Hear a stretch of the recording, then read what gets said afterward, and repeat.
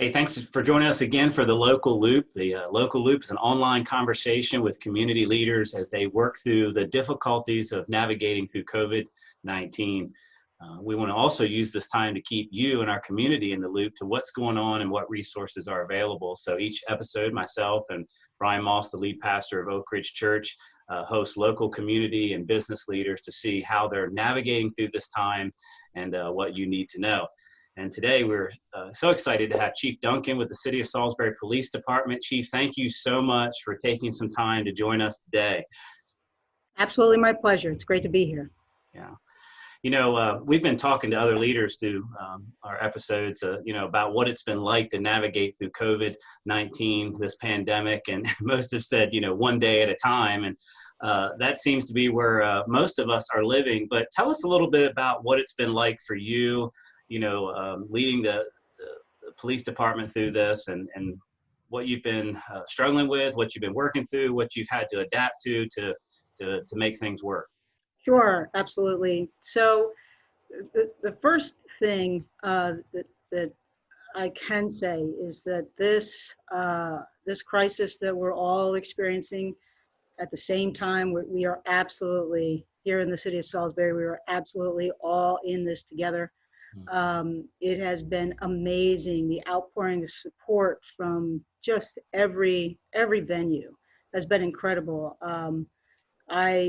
It's been overwhelming to see just how many everyday heroes there are out there that are continuing to show up to work, that are supportive, doing everything they can to make sure we all move forward as a city. Chief Duncan, just for our viewers, we have about 5,000 folks on our page, and Excellent. So just for them that may not know you as well, give us a little snapshot of your story and how you got to Salisbury. Sure. I grew up in the region. I grew up in Dover, Delaware, and I went to college up in New York, and I stayed where I eventually got an opportunity to work in the city of Mount Vernon for the police department, and it was an outstanding career. Worked alongside some amazing individuals, both in the industry and then partners in law enforcement as well. I got to serve for 22 years there before I had this incredible opportunity. And when you were about 5, right? Yes, yeah, I started when I was about 5 years old. True story. And so now I've been here almost 10 years, working here, and it's been nothing short of incredible, absolutely incredible, every single day. Thank you so much for all that you do, and especially to all of your officers every single day. We have several that are a part of our church, and so we're very, very appreciative. How do you feel, just before we talk about the pandemic specifically, what would you say characterizes the most common kinds of law enforcement issues within Salisbury? What's the most common challenges for your officers here in Salisbury? Well, in relation to the pandemic, or just on an ordinary basis? Just on an ordinary basis, and then maybe you can compare that to how the pandemic has changed that. Great, fantastic question. So the service we provide relates specifically to municipal policing.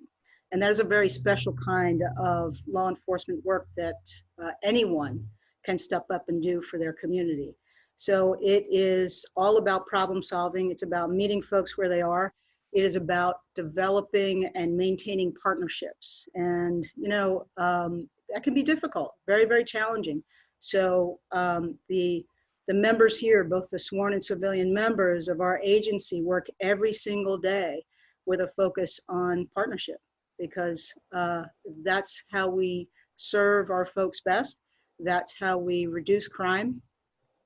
It's really a partnership that works well when we're focused on bigger pictures. When we're focused on the overall total health of a city, when we get people that want to serve in that capacity, it's a win. It's a win not only for the agency, but it's a win for the city itself. Now, how has that changed as we move into the pandemic? How has that changed in those challenges specifically for you? So our officers, of course, they're leaders in their own right. Obviously, anyone who decides on a life of service and decides to live that life of service in the law enforcement industry, they are leaders. Now we have to lead in a different way. We have to be the calm, amidst the fear, because the fear is tangible right now because it's an unknown. So anytime we face an unknown, you're going to have fear. Add unknown in a crisis, and it's going to be magnified. So our officers have had to shift a little bit. They've had to lean a little further forward into the community to make sure that the community knows that we are here with them. We are right alongside them. We're showing up every day. We're putting our uniform on and we're going out and we're serving and we're protecting. It is a special type of kind of guardian warrior combination mindset that helps get our officers through. But leading through fear has been an interesting addition to the municipal policing equation. Yeah, we heard Brian and I watched a podcast earlier this week, and the guy said that there was really two pandemics: the COVID-19 pandemic, and then the pandemic of fear.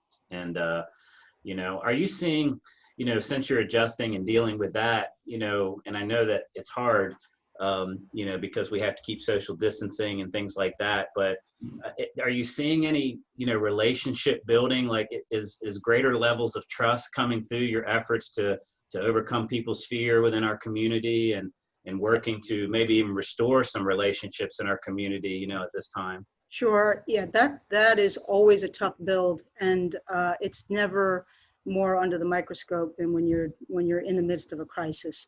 So there are certain segments of our population that are not getting information, that are very fearful of interaction with law enforcement to begin with. So we've made an additional push to get information out to minority communities, communities that are not necessarily English as their first language, to make sure that they have the information direct from the CDC, direct from our governor's office, direct from our mayor's office, to make sure that they understand that truly we are in this together, that we are not here to build walls or create problems which are going to prevent them from either getting treatment or continuing to receive treatment or help for their families if they need it.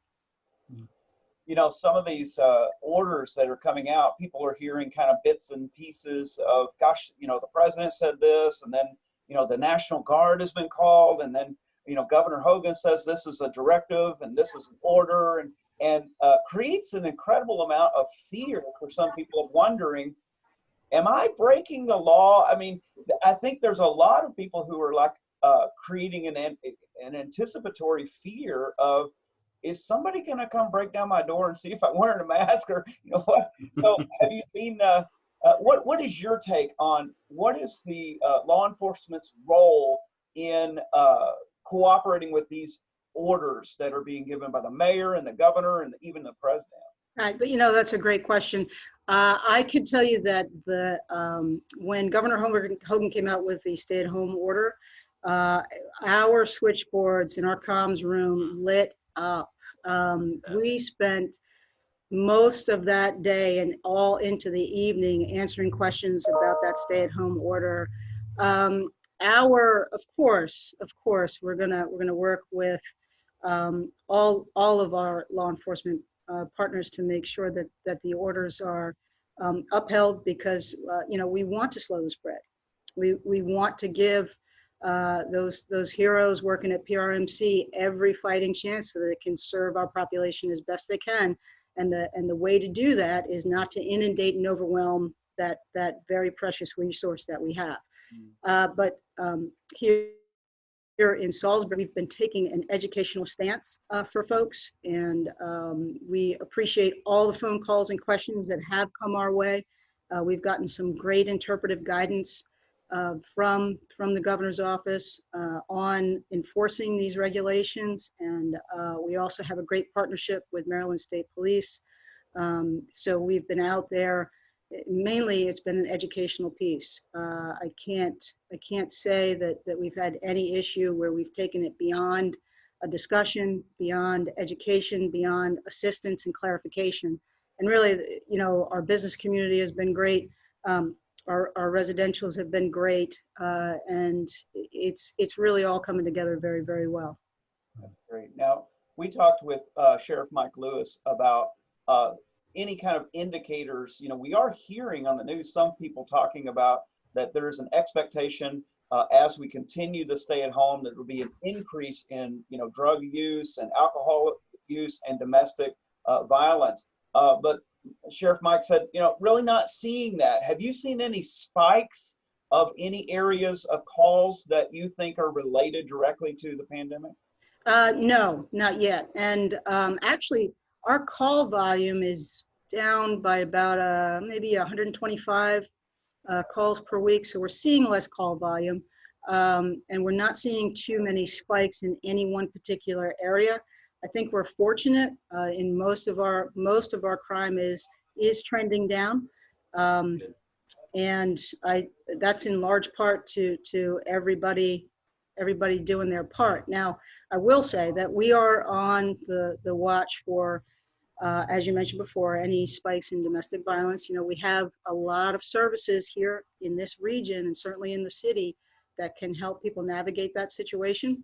Of course, if any law should be broken in relation to domestic violence, I strongly urge you, please call if you're in one of those situations. We can connect you with services through Life Crisis, and we can handle the criminal aspect of that as well.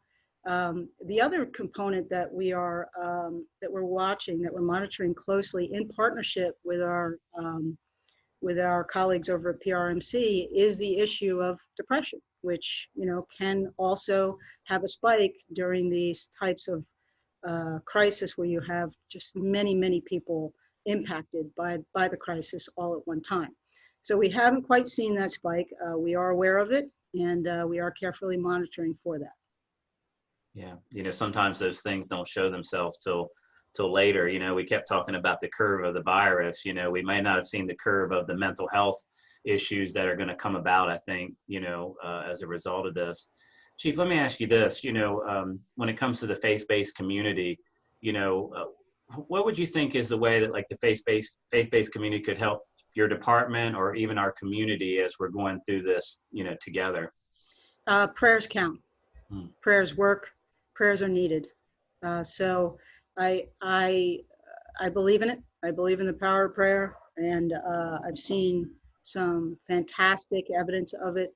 I practice it, and I think that's the biggest thing. And I know a lot of our churches, a lot of our clergy, all across the city, in every corner of the city, you know, they keep not only police officers, but first responders, and now, of course, nurses, doctors, even folks that are working in our grocery stores. You know, they're keeping them all in our prayers, and it's helpful. It's working. The other thing that I've seen a lot of churches are doing, they're organizing donation drives. And so if you recall, we were talking just a few moments ago about some of our more isolated communities here right in our thriving city that don't necessarily have English as their first language, that need assistance but don't know quite how to ask for assistance. That would be a great place to focus any type of drives or efforts in that area. That's what we're seeing, just what our officers are seeing every day. Well, that's a great word, and Oak Ridge is, you know, certainly among many of the faith communities here in Salisbury that are really reaching out and using this opportunity to be the church in the community, not just in a building, but throughout the community. And I think that's been really helpful. I think it accentuates what you started out today in the sense that we're in this together, and we may have different labels out on the front of the door, but at the end of the day, we are in this thing together, and we do want to be strong as a community. Thank you for all that you do. Sure. Could we possibly pray for you and your officers as we close out? Absolutely. Let's pray.